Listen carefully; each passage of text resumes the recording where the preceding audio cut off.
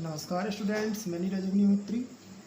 एक बार फिर साइंस का जो हमारा क्वेश्चन आंसर का पार्ट चल रहा था उसी को आगे कंटिन्यू करते हुए तो जितने भी क्वेश्चन आंसर्स हमने किए थे उसके बाद अगला क्वेश्चन जो पेज नंबर 25 पर ही है तो उसको देख लेते हैं हम। तो हमारा अगला जो क्वेश्चन है वो है कि यदि हम किसी एसिड का एक्वस सॉल्यूशन जो है वो तैयार करते हैं तो उसमें इलेक्ट्रिसिटी कंडक्ट होगी या नहीं होगी। तो देखिए, एसिड जब भी एक्वस सॉल्यूशन में फॉर्म किया जाता है तो क्या होता है कि अब एसिड में भी H+ आयन है और उसका यदि एक्वस सॉल्यूशन होगा, एक्वस मतलब कि H2, तो उससे जो हाइड्रोजन आयन्स हैं उनके कंसंट्रेशन में क्या होगा, इंक्रीमेंट होगा, है ना। एसिड में भी हाइड्रोजन है, वाटर में भी हाइड्रोजन है, मतलब हाइड्रोजन की जो क्वांटिटी है वो बढ़ जाएगी। तो क्योंकि हाइड्रोजन की क्वांटिटी बढ़ रही है तो इसलिए जो इलेक्ट्रिसिटी का कंडक्शन है वो भी होने लगेगा, है ना। क्योंकि ये जो आयन्स हैं यही तो जो है इलेक्ट्रिसिटी की कंडक्शन के लिए रिस्पॉन्सिबल है। ठीक है, फिर हम आते हैं अगले क्वेश्चन में। अगला क्वेश्चन बोलता है कि ड्राई HCl है और लिटमस पेपर भी ड्राई है, तो ड्राई HCl का ड्राई लिटमस पेपर पर जो है कोई इफेक्ट क्यों नहीं दिखाई देता। अब देखिए, मैंने आपको pH स्केल के बारे में समझाया, pH के बारे में समझाया था, लिटमस पेपर से कैसे आइडेंटिफाई करते हैं इसके बारे में भी समझाया था। अब जब हम लिटमस पेपर की बात करते हैं तो लिटमस पेपर के साथ ये है कि जब उसमें कोई लिक्विड फॉर्म का मटेरियल जो है ड्रॉप किया जाता है तब जो है वो अपना कलर चेंज करता है। लेकिन यहाँ पर जो HCl है वो ड्राई स्टेट में है ना। तो क्योंकि HCl ड्राई स्टेट में है तो लिटमस पेपर जो है वो वेट होगा नहीं। अब क्योंकि लिटमस पेपर वेट होगा नहीं तो ड्राई ही रहेगा, है ना। तो ड्राई होने की कंडीशन में वो फिर कैसे अपना कलर चेंज कर सकता है। तो यही रीज़न है कि ड्राई HCl जो है वो ड्राई लिटमस पेपर पर जो है कोई इफेक्ट शो नहीं करता। ठीक है, चलिए अगला क्वेश्चन जो है काफ़ी इंपॉर्टेंट क्वेश्चन है।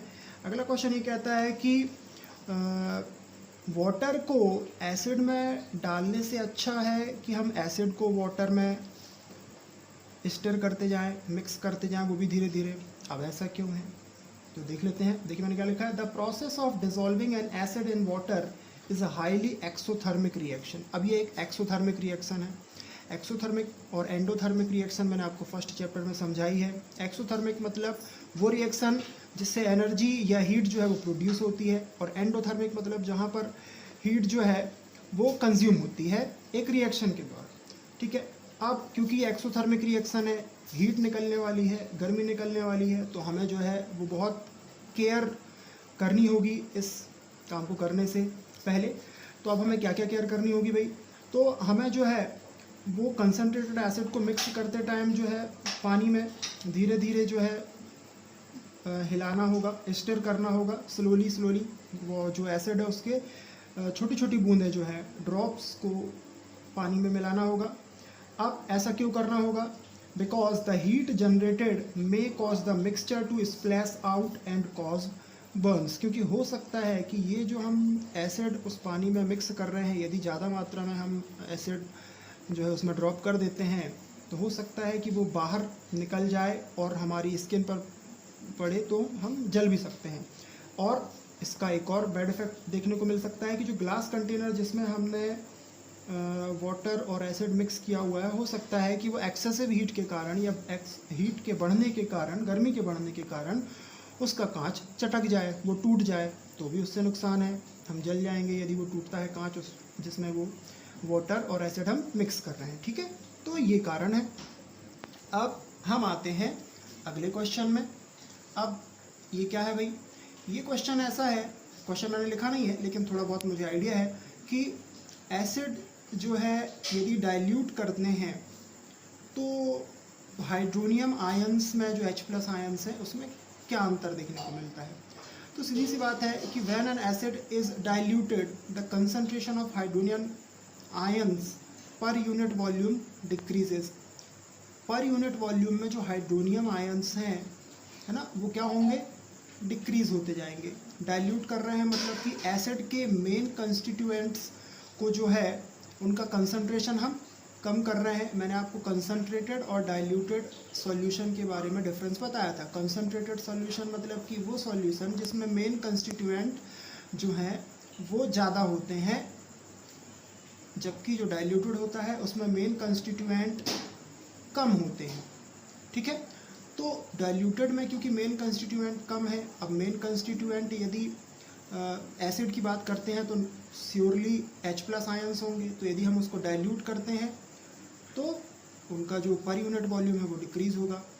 अब यदि पर यूनिट वॉल्यूम डिक्रीज़ हो रहा है तो इसका मतलब क्या है कि वो जो एसिड है उसकी जो मेन प्रॉपर्टी है एसिडिटी की वो भी डिक्रीज़ होगी, क्योंकि H+ आयंस जो है वो डिक्रीज़ हो रहे हैं पर यूनिट वॉल्यूम के हिसाब से।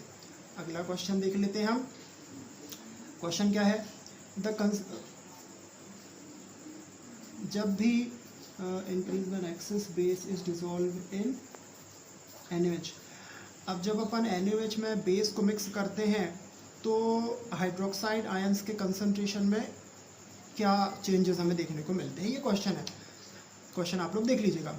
अब देखिए, the concentration of hydroxide ions would increase. अब हाइड्रोक्साइड आयंस की बात कर रहे हैं, दैट मीन्स कि वो बेस की बात कर रहे हैं, है ना। अब ये इंक्रीज होते हैं कब, जब हम एक बेस को डिसॉल्व करते हैं किसमें, NaOH में। अब NaOH ऑलरेडी एक बेस है और यदि उसमें हम एक और बेस जो है मिक्स करेंगे तो डेफिनेटली जो है उसका कंसंट्रेशन, मतलब उसमें जो मेन आयंस कंसंट्रेटेड हैं OH के, वो निश्चित रूप से इंक्रीज होंगे, क्योंकि हम एक बेस में दूसरे बेस को मिक्स कर रहे हैं। ठीक है, जैसे कि अपन एक एग्जांपल देखें कि यदि हम शक्कर और पानी का घोल ले रहे हैं, भाई वो ठीक है मीठा है, अब उसमें और शक्कर मिलाएंगे अपन तो और मीठा होगा, वो खट्टा तो होगा नहीं। ऐसे ही यहाँ पर है। फिर अब आते हैं हम पेज नंबर 28